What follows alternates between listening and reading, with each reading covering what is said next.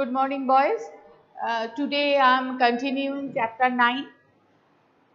The last class, we have started with money. We have done what is money, what are the functions of money, and finally we have done what are the types of money.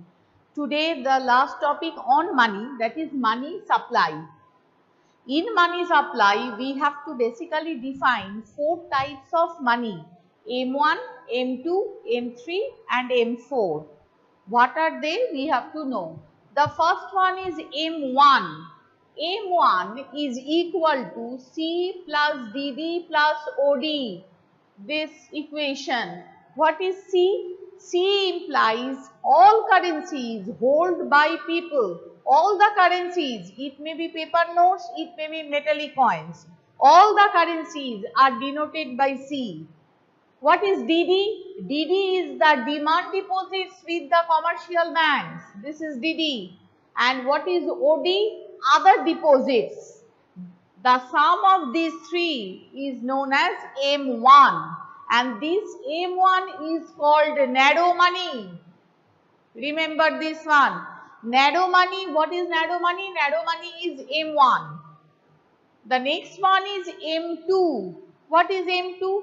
M2 is M1 plus savings of people with post offices. You have to remember this definition, that M2 equal to M1 plus savings of people with post offices. Then comes M3. What is M3? M3 is equal to M2 plus net time deposits with commercial banks. M3 definition is M2 plus net time deposits with the commercial banks. The last one is M4. What is M4? M4 equal to M3 plus all types of deposits with the post offices. This is M4 definition. M3 plus all types of deposits with the post offices. M1, M4 is known as broad money. So, narrow money is M1 and M4 is broad money. Your fill in the blanks comes. That M1 is known as dash money. Answer will be narrow money. M4 is known as broad money. Okay. With that, another definition, important definition is required, that is high powered money. High powered money. What is high powered money? High powered money equal to all currencies plus cash reserve of the commercial bank plus other deposits with central bank. Remember this definition, you require that. What is high powered money? High powered or high powered money equal to all currencies, cash reserves with the commercial banks and other deposits with the central bank. This is all about money you require. So remember, in money we have done basically four things. Number one, what are the functions of money? Then we have done what are the types of money, and then we have done what are the differences between metallic coins and paper money, and what is the difference between full bodied coins and token coins, what is the difference between limited legal tender and unlimited legal tender. This type of differences we have done. And number 4, we have done M1, M2, M3, M4 and high powered money. Done. Next thing in this chapter is the bank. The name of the chapter was money and banking. So money we have done. Now banking. In banking chapter, in banking section, we have to do few things. Number 1, we will start with what are the different types of banks, and then we will do what are the differences between banks and non-banking financial institutions. Then number 3, we will do commercial banks. What are the functions of commercial banks? And number 4, finally, we will do what are the functions of central bank. So basically these 4 things are there in case of banks. So one by one let me do that. First, today I am starting with banks. What are the different types of banks? You already know that what are the different types of banks which are observed in any economy. Number one, at the top of the banking system, there is a central bank. So first I have written central bank because it is the apex bank in any society. In the banking structure, at the top, the central bank is there. In every country, there is one central bank. In India, it is RBI. So central bank is one. Next, I have written commercial banks. Many types of commercial banks are there, so they are all under central bank. So commercial banks. Number three, you can write cooperative banks. What do you mean by cooperative banks? In many cases, some people join together, make a cooperative and they introduce one bank, cooperative bank. The main basic purpose of cooperative bank is to give easy loans to the cooperative members. So that's why it is cooperative banks. Number four, it can be regional rural banks. Obviously, the name tells you it is a rural bank. That is, the bank is set up for the rural people, for weaker section of the people living in the villages, living in the rural areas. So, regional rural banks are there. Then we have land development banks. In many underdeveloped countries, even in India, we have land development banks.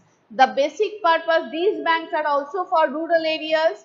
The basic purpose of this bank to give easy loans to farmers. That's why the name is land development banks. Next comes Exim Bank. Exim, Export Import Bank. Full name is. What is the function of Exim Bank? The name suggests that it gives special assistance to the exporters, special type of loans to the exporters. This is basically done to promote the export of the country. That's why the name given Export Import Bank or Exim Banks. Done. The last category is the development banks. Development banks are not for rural sector, it is for urban sector. Development banks has been created to give loans to the industrial sector. So that is the difference between these two. Regional rural banks, land development banks, these are for the development of the rural sector, whereas development banks is for urban sector, for industrial development. It gives easy loans to industry. That's why development banks is there. One important development bank in India is IDBI, Industrial Development Bank of India. So these development banks are created to give loans to industry. That's why they are for the urban sector. So these are the types. The next thing, the last thing that I want to do today with you is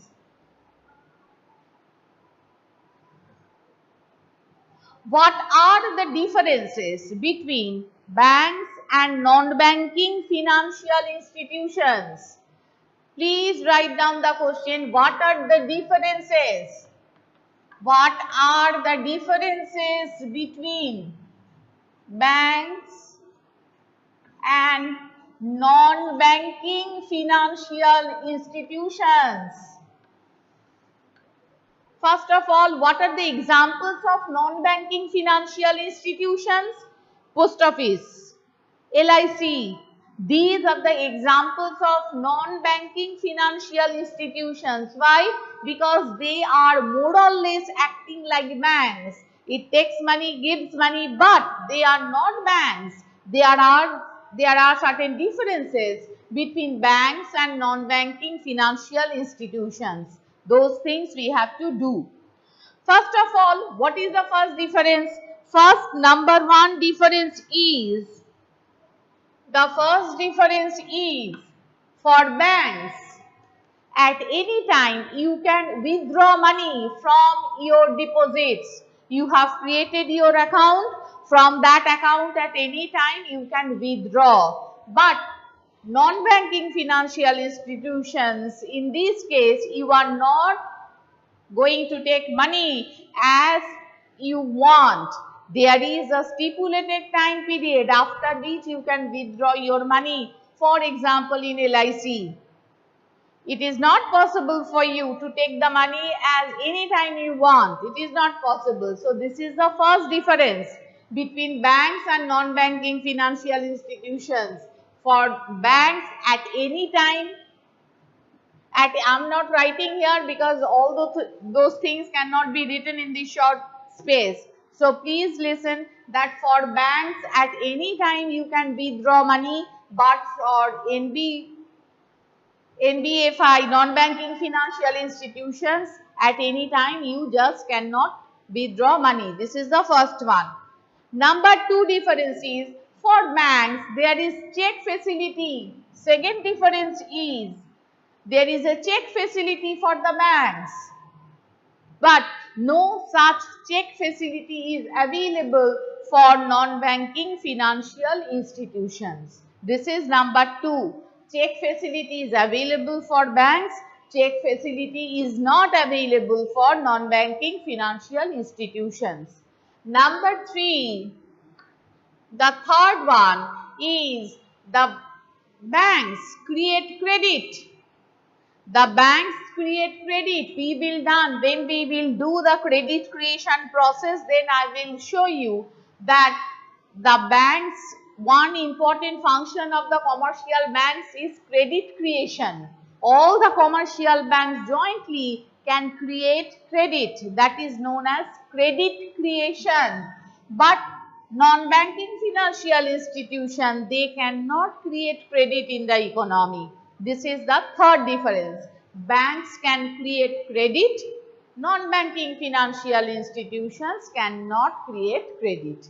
Third and the last difference, number 4, is all the banks have to keep certain reserve with the central bank.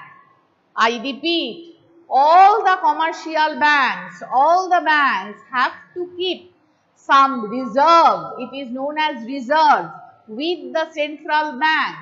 But the non-banking financial institutions do not have to keep any reserve with the central bank. This is the last difference, fourth.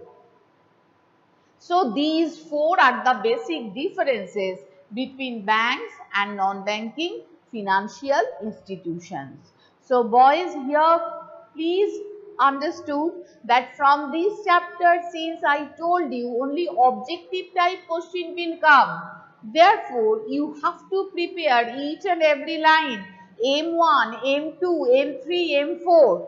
The four things I have done today is very, very, very important. High power money definition is very, very important. And what are the different types of bank? All this comes for the objective type question. And another thing, give two examples of non-banking financial institutions. This type of question comes. What you will write? As I told you, unit trust is there, LIC is there, post office is there. All these are the examples of non-banking financial institutions. Understood? So, these are the things that today we have done. My money completed in banks, I have done 2 questions today. Out of 4 questions, I have done 2 today. Number 1 is, what are the different types of banks? Here it is not possible for me to write down the questions because of the scarcity of space here. So, please understood that this is the answer of the question, what are the different types of banks? If it comes, what are the different types of banks? You have to just write in this way, 1, 2, 3, 4 in this way. And second question we have done, this is the second thing, that what are the differences between banks and non-banking financial institutions. Just in this way, you have to write. Understood? Today up to this, functions of commercial banks and central bank. In next class, we will complete and then this chapter will be completed. Thank you.